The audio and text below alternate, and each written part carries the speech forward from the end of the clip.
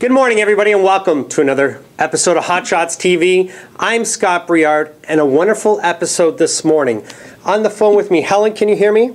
I can hear you, Scott. On the phone with me this morning is Helen Chen. Now, Helen Chan? Yes, that's okay, right. I'm reading somebody else's scribbled notes here. Helen, I apologize. Helen is with the Surrogate Santa program. Now, many of you know that how important to Kelly and I is, especially since we've had Joshua, the children's associations, aid foundations and such, how we've given over the years, and how important things even like youth dart leagues and such are to me, that they're maintained, they're fully supported. And now at a time of Christmas, it's even more important that we get involved and do things for children and for families at a time when I think charitable donations and such are more important than ever. So, Helen, thank you for being with us this morning. Thank you for having me, Scott. No, now you're in Toronto. You're with, are you directly with the Surrogate Santa program, or are you with another foundation? Well, the Surrogate Santa program is one of the holiday initiatives that is part of the Children's Aid Foundation. So Right. the Surrogate Santa program has been running for about 6 years now. Great. In affiliation with 97.3 Easy Rock. So if we have any listeners, morning listeners out there that loves listening to 97.3, you might have heard some of the programs and some of the announcements and promos in regards to the Surrogate Santa program. Right, and we're fortunate we run 97.3 here at our retail store. Oh, you do? Fantastic. Right through the Christmas season. And I think many other businesses and certainly retail stores do at the same time. Now, how many years have you been involved with this program in particular? Myself, I started out as an intern this year in May, Right. doing a lot of events in the events department primarily, and then I started this position starting in September. Oh, wonderful. So it must be, I mean, not only is it, obviously a great job to have, but you must feel, at the end of the day, the satisfaction that, you're helping families and children. There must be you get a bit of both. It's a great occupation, but even more so, it must be really heartwarming, I guess, at the end of the day that you're, the big picture is you're helping families and certainly children at a time when they need. Absolutely.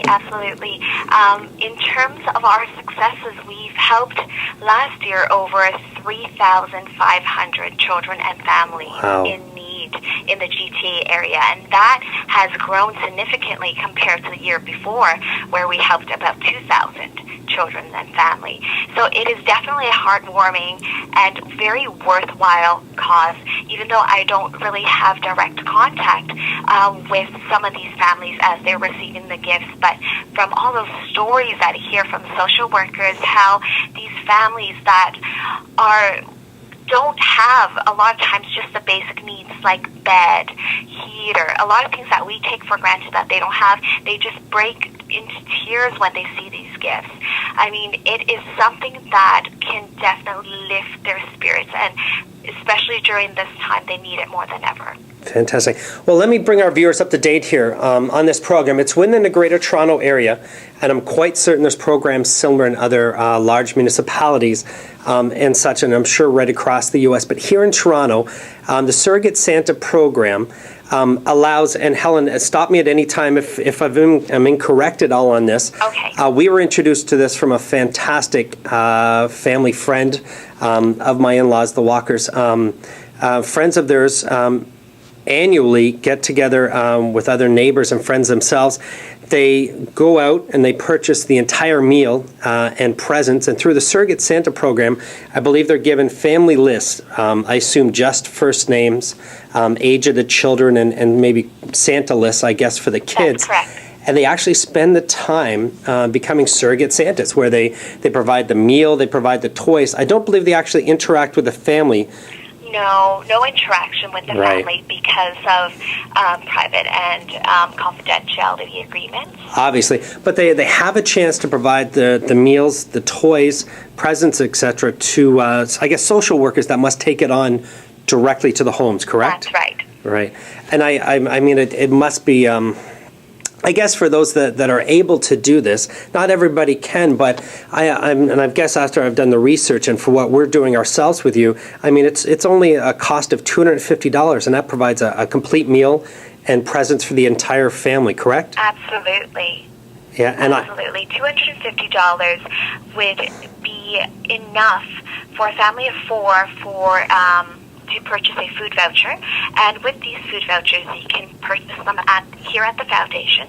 Right. As long as you offer a cash donation, we'll make sure that your family is provided with one.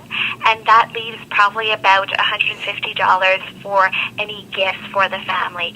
So a lot of times on their wish list is things like for children, clothes, warm clothing for the winter, boots, toys, and other items as well. wonderful. So there's a few different ways that if any of you watching want to get involved in this, feel as Kelly and I do, how important something like this is, especially within the Toronto area. I mean, at a time when unemployment numbers are up, we're in somewhat of an economic downturn.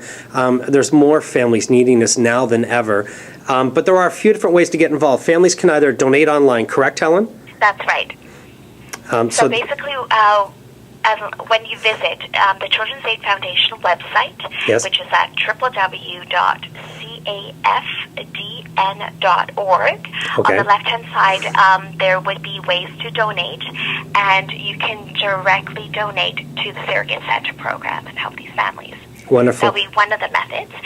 There's another way of helping out with the Surrogate Santa program, and that is to become a virtual fundraiser. Basically, you would create a page on our Surrogate Santa program site, and then you can just invite all of your friends, all of your relatives to help support you by donating online. Wonderful. Now, we're a week and a half before Christmas. Is this still something some people can put together and have an effect for you prior to the Christmas, prior to Christmas Day, I guess?